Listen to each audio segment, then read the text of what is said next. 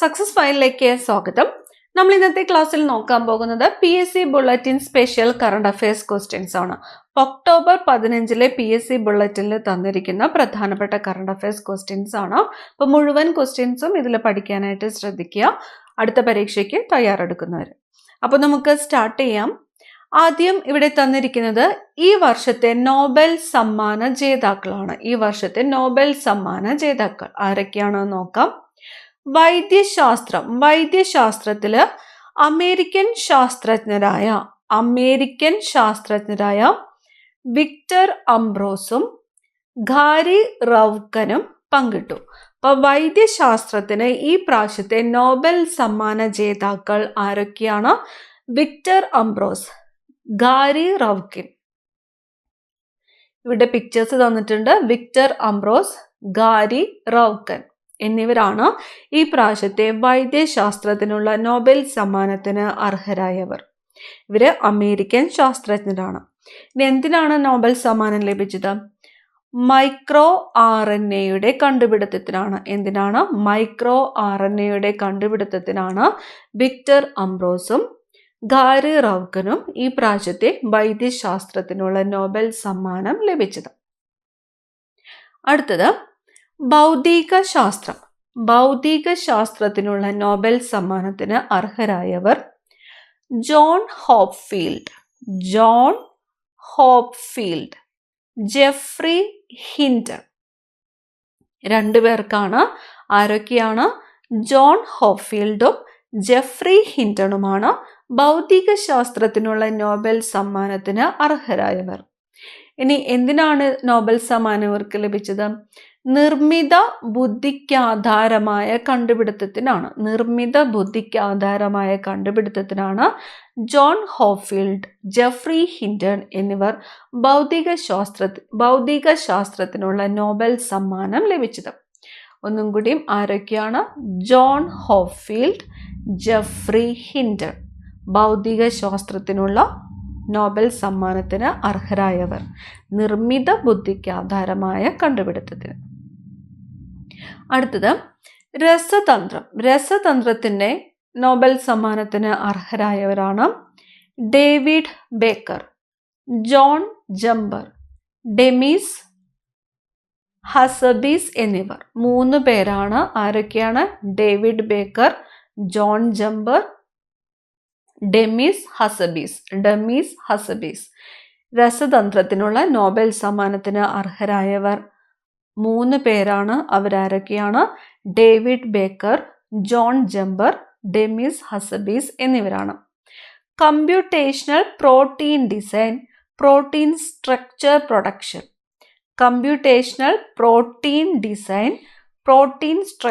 Production എന്നിവയ്ക്കാണ് ഇവർക്ക് രസതന്ത്രത്തിനുള്ള Nobel സമ്മാനത്തിന് അർഹരാക്കിയത്.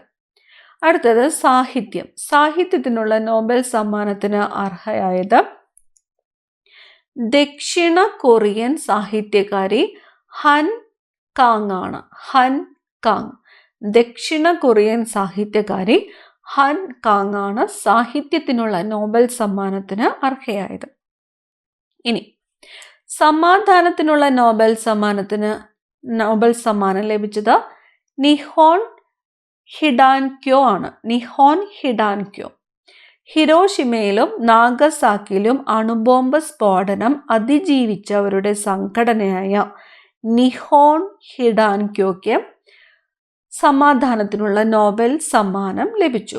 ആണവായുധ മുക്തമായ ലോകത്തിനായുള്ള പ്രവർത്തനത്തിനാണ് പുരസ്കാരം ലഭിച്ചത്. അപ്പൊ സമാധാനത്തിനുള്ള നോബൽ സമ്മാനം ലഭിച്ച സംഘടന ഏതാണ്? നിഹോൺ ഹിഡാൻക്യോ ആണ്. ഹിരോഷിമയിലും നാഗസാക്കിയിലും അണുബോംബ് സ്ഫോടനം അതിജീവിച്ചവരുടെ സംഘടനയാണ് നിഹോൺ ഹിഡാൻക്യോ. ആണവായുധ മുക്തമായ ലോകത്തിനായുള്ള പ്രവർത്തനത്തിനാണ് പുരസ്കാരം ലഭിച്ചത്. ഇനി വരുന്ന ഏതൊരു പരീക്ഷയ്ക്കും നമുക്ക് തീർച്ചയായിട്ടും പ്രതീക്ഷിക്കാവുന്ന ഒരു ഭാഗമാണ് കറണ്ട് അഫയേഴ്സിൽ നിന്നുള്ളത്. ഇത്രയും പോയിന്റ്സ് നീറ്റായിട്ട് നോട്ട് ചെയ്ത് വെക്കാം. ഇനി അടുത്തൊരു പോയിന്റ് പ്രധാനപ്പെട്ടത് പ്രശസ്ത ഗുസ്തി താരം സാക്ഷി മാലിക്കിന്റെ ആത്മകഥയായ വിറ്റ്നസ് സാക്ഷി പ്രസിദ്ധീകരിച്ചു. ഗുസ്തിയിൽ ഒളിമ്പിക് മെഡൽ നേടുന്ന ആദ്യ ഇന്ത്യൻ വനിതാ താരമാണ് സാക്ഷി മാലിക്. ഗുസ്തിയിൽ ഒളിമ്പിക് മെഡൽ നേടുന്ന ആദ്യത്തെ ഇന്ത്യൻ വനിതാ താരം ആരാണ്? സാക്ഷി മാലിക് ആണ്. സാക്ഷി മാലിക്കിന്റെ ആത്മകഥയുടെ പേരാണ് വിറ്റ്നസ് എന്നത്. അടുത്തത്, മുൻ PSC അംഗം ഡോക്ടർ ജിനു സക്കറിയ ഉമ്മനെ ഭക്ഷ്യ കമ്മീഷൻ ചെയർമാനായിട്ട് നിയമിച്ചു. പുതിയ ഭക്ഷ്യ കമ്മീഷൻ ചെയർമാനായിട്ട് നിയമിതനായത് ആരാണ്? ഡോക്ടർ ജിനു സക്കറിയ ഉമ്മനാണ്. ഡോക്ടർ ജിനു സക്കറിയ ഉമ്മൻ മുൻ PSC അംഗമായിരുന്നു. അടുത്ത പോയിന്റ്, ഇന്ത്യൻ ന്യൂസ് പേപ്പർ സൊസൈറ്റിയുടെ പുതിയ പ്രസിഡന്റായി MB ശ്രേയാംസ് കുമാറിനെ തെരഞ്ഞെടുത്തു. ഇന്ത്യൻ ന്യൂസ് പേപ്പർ സൊസൈറ്റിയുടെ പുതിയ പ്രസിഡന്റായിട്ട് തെരഞ്ഞെടുക്കപ്പെട്ടത് ആരാണ്? MB Shreyams Kumar. Indian newspaper സൊസൈറ്റിയുടെ പുതിയ president. Shri Chithira Thirunal institute for medical science and technology പ്രസിഡന്റായി ഇൻഫോസിസ് സഹസ്ഥാപകനായ ക്രിസ് ഗോപാലകൃഷ്ണനെ നിയമിച്ചു. Shri Chithira Thirunal institute for medical science and technology പ്രസിഡന്റായിട്ട് നിയമിതനായത് ആരാണ്? ക്രിസ് ഗോപാലകൃഷ്ണനാണ്. അദ്ദേഹം ഇൻഫോസിസിന്റെ സഹസ്ഥാപകനായിരുന്നു. ഉദയനിധി സ്റ്റാലിനെ തമിഴ്നാട് ഉപമുഖ്യമന്ത്രിയായി നിയമിച്ചു. തമിഴ്നാട് ഉപമുഖ്യമന്ത്രി ആരാണ്? ഉദയനിധി സ്റ്റാലിനാണ് തമിഴ്നാട് ഉപമുഖ്യമന്ത്രി. നാറ്റോയുടെ സെക്രട്ടറി ജനറലായിട്ട് മാർക്ക് റൂട്ട് ചുമതലയേറ്റു. നാറ്റോയുടെ സെക്രട്ടറി ജനറൽ ആരാണ്? മാർക്ക് റൂട്ടാണ്. നാറ്റോയുടെ secretary general Mark Rutte. Japan പ്രധാനമന്ത്രിയായി ഷിഗേരു ഇഷിബ ചുമതലയേറ്റു. ജപ്പാൻ പ്രധാനമന്ത്രിയായിട്ട് ചുമതലയേറ്റത് ആരാണ്? Shigeru Ishiba. ട്യൂണീഷ്യൻ പ്രസിഡന്റ് തെരഞ്ഞെടുപ്പിൽ പ്രസിഡന്റ് കയീസ് സൈദ് വിജയിച്ചു. ആസിയാൻ ഇന്ത്യ കിഴക്കനേഷ്യ ഉച്ചകോടികളിൽ പങ്കെടുക്കാൻ പ്രധാനമന്ത്രി നരേന്ദ്രമോദി ലാവോസിലെത്തി. ഉച്ചകോടി ഏതാണ്? ആസിയാൻ ഇന്ത്യ കിഴക്കനേഷ്യ ഉച്ചകോടികളിൽ. അതുപോലെ കിഴക്കനേഷ്യ ഉച്ചകോടികളിൽ പങ്കെടുക്കാനായിട്ട് പ്രധാനമന്ത്രി നരേന്ദ്രമോദി ലാവോസിലെ പോയി. ഇന്ത്യയിൽ ദയാവധം നടപ്പാക്കാൻ കേന്ദ്ര സർക്കാർ തീരുമാനിച്ചു. ടൈപ്പ് 1 പ്രമേഹത്തിന് പ്രതിവിധി കണ്ടെത്തി ചൈന. ടൈപ്പ് 1 പ്രമേഹത്തിനുള്ള പ്രതിവിധി കണ്ടെത്തിയ രാജ്യം ഏതാണ്? ചൈന. ആലപ്പുഴ പുന്നമടക്കായലിൽ നടന്ന 70ാമത് നെഹ്റു ട്രോഫി വള്ളംകളി മത്സരത്തിൽ എത്രാമത്തെയാണ്? 70ാമത് നെഹ്റു ട്രോഫി വള്ളംകളി മത്സരത്തിൽ ചുണ്ടൻ വള്ളങ്ങളുടെ ഫൈനലിൽ കാരിച്ചാൽ ജേതാവായി. ആലപ്പുഴ പുന്നമടക്കായലിൽ നടന്ന 70ാമത് നെഹ്റു ട്രോഫി വള്ളംകളി മത്സരത്തിൽ ജേതാവായത് കാരിച്ചാലാണ്. West Indies allrounder Dwayne Bravo ക്രിക്കറ്റിൽ നിന്ന് വിരമിക്കൽ പ്രഖ്യാപിച്ചു.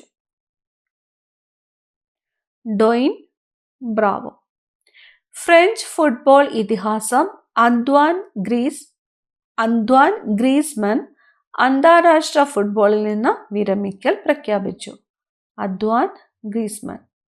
സ്പാനിഷ് താരം റാഫേൽ നദാൽ പ്രൊഫഷണൽ ടെന്നീസിൽ നിന്ന് വിരമിക്കൽ പ്രഖ്യാപിച്ചു.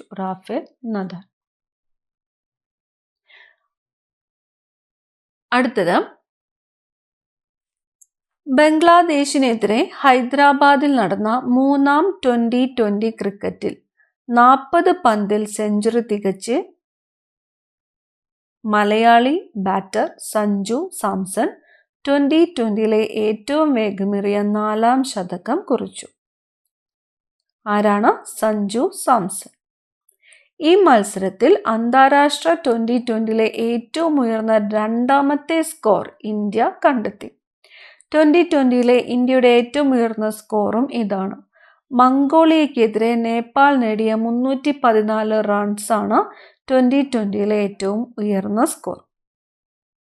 അടുത്തത്, ടെസ്റ്റ് ക്രിക്കറ്റിൽ ഏറ്റവും വേഗത്തിൽ 50, 100, 150, 200, 250 റൺസുകൾ നേടിയതിൻ്റെ റെക്കോർഡ് ഇന്ത്യ സ്വന്തമാക്കി. കാൺപൂരിൽ ബംഗ്ലാദേശിനെതിരെ നടന്ന രണ്ടാം ടെസ്റ്റിലാണ് ഇന്ത്യ ഈ നേട്ടം കൈവരിച്ചത്. ടെസ്റ്റ് പരമ്പര 2-0 ഇന്ത്യ സ്വന്തമാക്കി. അപ്പം ടെസ്റ്റ് ക്രിക്കറ്റിൽ ഏറ്റവും വേഗത്തിൽ 50, 100, 150, 200, 250 റൺസുകൾ നേടിയതിൻ്റെ റെക്കോർഡ് ഇന്ത്യക്കാണ്. ശ്രീലങ്കൻ ബാറ്റർ കാമിൻഡോ മെൻഡിസ് ടെസ്റ്റ് ക്രിക്കറ്റിൽ 13 ഇന്നിംഗ്സിൽ നിന്ന് 1000 റൺസ് തികച്ച് ഇതിഹാസ താരം ബ്രാഡ്മാനോടൊപ്പമെത്തി. ആരാണ്? കാമിൻഡോ മെൻഡിസ്. അടുത്ത പോയിന്റ് നോക്കാം. പ്രമുഖ വ്യവസായിയും ടാറ്റ ഗ്രൂപ്പിന്റെ ചെയർമാനുമായിരുന്ന രത്തൻ ടാറ്റ അന്തരിച്ചു. നോയൽ ടാറ്റയെ അദ്ദേഹത്തിന്റെ പിൻഗാമിയായിട്ട് തിരഞ്ഞെടുത്തു. അപ്പൊ പിൻഗാമിയായിട്ട് തിരഞ്ഞെടുക്കപ്പെട്ടത് ആരാണ്? നോയൽ ടാറ്റയാണ് പിൻഗാമിയായിട്ട് തിരഞ്ഞെടുക്കപ്പെട്ടത്. നോയൽ ടാറ്റ. മറാഠി, പാലി, പ്രാകൃത്, ബംഗാളി, ആസാമീസ് എന്നീ 5 ഭാഷകൾ കൂടി ശ്രേഷ്ഠ ഭാഷാ പദവി. അപ്പം ശ്രേഷ്ഠ ഭാഷാ പദവിയിലേക്ക് പുതുതായിട്ട് വന്ന ഭാഷകൾ ഏതൊക്കെയാണ്? മറാഠി, പാലി, പ്രാകൃത്, ബംഗാളി, ആസാമീസ് എന്നിവയാണ്. ഏതൊക്കെയാണ്? മറാഠി, പാലി, പ്രാകൃത്, ബംഗാളി, ആസാമീസ്. തമിഴ്, മലയാളം, സംസ്കൃതം, തെലുങ്കു, കന്നഡ, ഒഡിയ എന്നീ ഭാഷകൾക്കാണ് നേരത്തെ ശ്രേഷ്ഠ ഭാഷാ പദവി ലഭിച്ചിരുന്നത്. ഇതോടെ ശ്രേഷ്ഠ ഭാഷകളുടെ എണ്ണം എത്രയായി? 11ആയി. തമിഴാണ് ആദ്യമായിട്ട് ശ്രേഷ്ഠ ഭാഷയായിട്ട് അംഗീകരിക്കപ്പെട്ടത്. ഇത് വളരെ പ്രധാനപ്പെട്ട ഒരു പോയിന്റാണ്. ഇതുമായിട്ട് ബന്ധപ്പെട്ട് ക്വസ്റ്റ്യൻസ് ചോദിക്കാറുണ്ട്. ഇതിനകത്ത് ലേറ്റസ്റ്റ് വന്നേക്കുന്നത് ഇപ്പം എത്ര ശ്രേഷ്ഠ ഭാഷ പദവിയിലുള്ള ഭാഷകളാണുള്ളത്? 11 11. പുതുതായിട്ട് വന്നത് ഏതൊക്കെയാണ്? മറാഠി, പാലി, പ്രാകൃത്, ബംഗാളി, ആസാമീസ് എന്നിവ. ആദ്യമായിട്ട് ശ്രേഷ്ഠ ഭാഷ പദവി ലഭിച്ച ഭാഷ ഏതാണ്? തമിഴാണ് ആദ്യമായിട്ട് ശ്രേഷ്ഠ ഭാഷാ പദവി ലഭിച്ച ഭാഷ. ഇപ്പം ഏതൊക്കെ ഭാഷകളാണുള്ളത്? തമിഴ്, മലയാളം, സംസ്കൃതം, തെലുങ്കു, കന്നഡ, ഒഡിയ. ഇതിനൊപ്പം മറാഠി, പാലി, പ്രാകൃത്, ബംഗാളി, ആസാമീസ് എന്നിവ. ഇപ്പം ശ്രേഷ്ഠ ഭാഷകളുടെ എണ്ണം എത്രയാണ്? 11 11. അടുത്ത ചോദ്യം, അടുത്ത പോയിന്റ്. രാജ്യത്തെ പരമോന്നത ചലച്ചിത്ര ബഹുമതിയായ ദാദാ സാഹിബ് ഫാൽക്കെ പുരസ്കാരം പ്രമുഖ നടൻ മിഥുൻ ചക്രവർത്തിക്ക്. അപ്പൊ ദാദാ സാഹിബ് ഫാൽക്കെ പുരസ്കാരത്തിന് അർഹനായത് ആരാണ്? മിഥുൻ ചക്രവർത്തിയാണ്. മിഥുൻ ചക്രവർത്തി. ദാദാ സാഹിബ് ഫാൽക്കെ പുരസ്കാരത്തിന് അർഹനായത് മിഥുൻ ചക്രവർത്തി.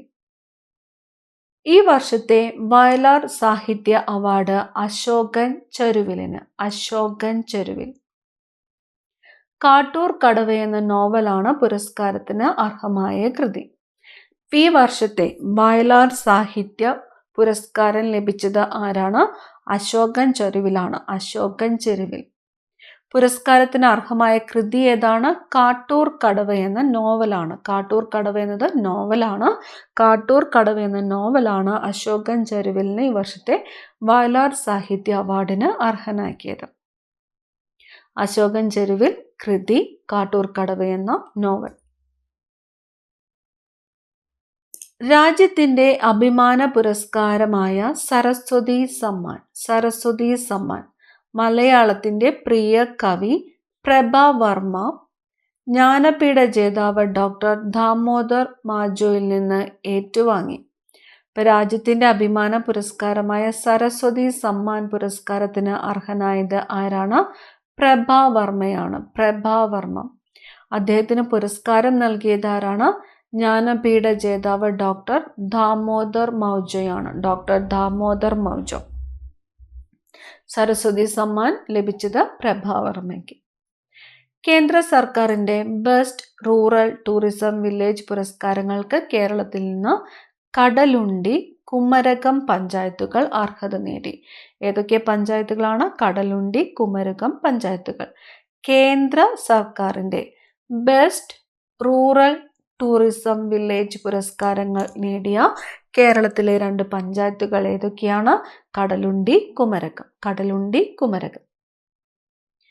പ്രൊഫസർ ജോസഫ് മുണ്ടശ്ശേരി ഫൗണ്ടേഷന്റെ 2023 അവാർഡിന് അധ്യാപകനും ഭാഷാ പണ്ഡിതനും ഭാഷാ ഗവേഷകനുമായ വട്ടപ്പറമ്പിൽ പീതാംബരൻ അർഹനായി. ആരാണ്? വട്ടപ്പറമ്പിൽ പീതാംബരൻ.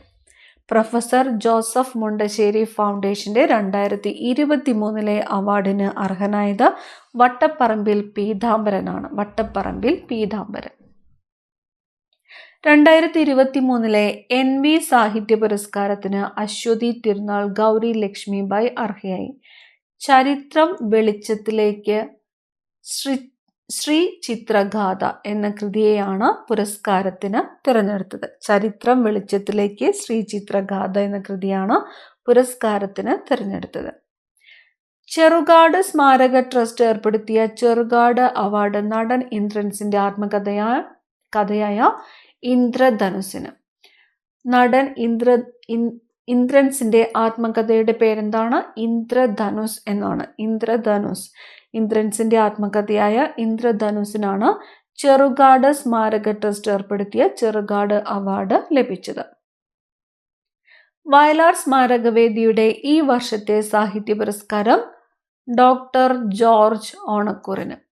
വയലാർ സാംസ്കാരിക വേദിയുടെ ഈ വർഷത്തെ സാഹിത്യ പുരസ്കാരത്തിന് അർഹനായത് ആരാണ്? Doctor George ഓണക്കൂറാണ്. ബ്ലൂംബെർഗ് പ്രസിദ്ധീകരിച്ച അതിസമ്പന്നരുടെ പട്ടിക പ്രകാരം സ്പേസ് എക്സ്, ടെസ്ല, എക്സ് മേധാവി ഇലോൺ മസ്കാണ് ലോകസമ്പന്നൻ. പട്ടികയിൽ 14ാം സ്ഥാനത്തുള്ള മുകേഷ് അംബാനിയാണ് ഇന്ത്യയിലെ അതിസമ്പന്നൻ. ആരാണ്? മുകേഷ് അംബാനിയാണ്. എത്രാമത്തെ സ്ഥാനമാണ്? 14ാമത്തെ സ്ഥാനം. ആർക്ക്? മുകേഷ് അംബാനി. പ്ലൂട്ടോയുടെ ഉപഗ്രഹമായ ഷാരോണിൽ carbon dioxide, hydrogen peroxide എന്നിവയുടെ സാന്നിധ്യം നാസ കണ്ടെത്തി. പ്ലൂട്ടോയുടെ ഉപഗ്രഹം ഷാരോണിൽ എന്തൊക്കെയാണ് കണ്ടെത്തിയത്? Carbon dioxide, hydrogen peroxide എന്നിവയുടെ സാന്നിധ്യം.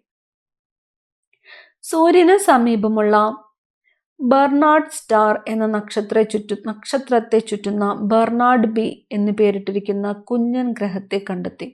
Bernard B. സൂര്യന് സമീപമുള്ള ബെർണാഡ് സ്റ്റാർ എന്ന നക്ഷത്രത്തെ ചുറ്റുന്ന ബെർണാഡ് ബി എന്ന് പേരിട്ടിരിക്കുന്ന കുഞ്ഞൻ ഗ്രഹമാണ് ബെർണാഡ് ബി. ബെർണാഡ് ബി എന്നത് കുഞ്ഞൻ ഗ്രഹമാണ്. ബെർണാഡ് ബിനെ കണ്ടെത്തി. ഏഷ്യയിലെ ഏറ്റവും വലിയ ദൂരദർശിനി ലഡാക്കിലെ ഹാൻലെയിൽ. ഏഷ്യയിലെ ഏറ്റവും വലിയ ദൂരദർശിനി ലഡാക്കിലെ ഹാൻലെയിൽ. 4300 മീറ്റർ ഉയരത്തിൽ സ്ഥിതി ചെയ്യുന്നത് ലോകത്തെ ഇത്തരത്തിലുള്ള ഏറ്റവും ഉയരം കൂടിയ ദൂരദർശിനി കൂടിയാണ്. ഏഷ്യയിലെ ഏറ്റവും വലിയ ദൂരദർശിനി എവിടെയാണ് സ്ഥിതി ചെയ്യുന്നത്? ലഡാക്കിലെ ഹാൻലെയിലാണ്. 4300 മീറ്റർ ഉയരത്തിൽ സ്ഥിതി ചെയ്യുന്ന ഇത് ലോകത്തിലെ ഇത്തരത്തിലുള്ള ഏറ്റവും ഉയരം കൂടിയ ദൂരദർശിനി കൂടിയാണ്. പ്രശസ്ത സിനിമാ സീരിയൽ നടൻ TP മാധവൻ അന്തരിച്ചു. അതുപോലെ ഗണിത ശാസ്ത്രജ്ഞൻ ഡോക്ടർ MST നമ്പൂതിരി അന്തരിച്ചു. ഇത്രയും പോയിന്റ്സ് ആണ് നമുക്ക് ഈ PSC ബുള്ളറ്റിനിൽ പഠിക്കാൻ തന്നിരിക്കുന്നത്. ഇന്നത്തെ എല്ലാ പോയിന്റ്സും തന്നെ ഏറ്റവും പ്രധാനപ്പെട്ട ചോദ്യങ്ങളാണ്. ഒന്നുപോലും വിട്ടുകളയാനില്ല. മുഴുവനായിട്ടും നോട്ട് ചെയ്ത് പ്രിപ്പയർ ചെയ്ത് വെക്കുക. അടുത്ത ക്ലാസ്സിൽ കാണാം. Thank you.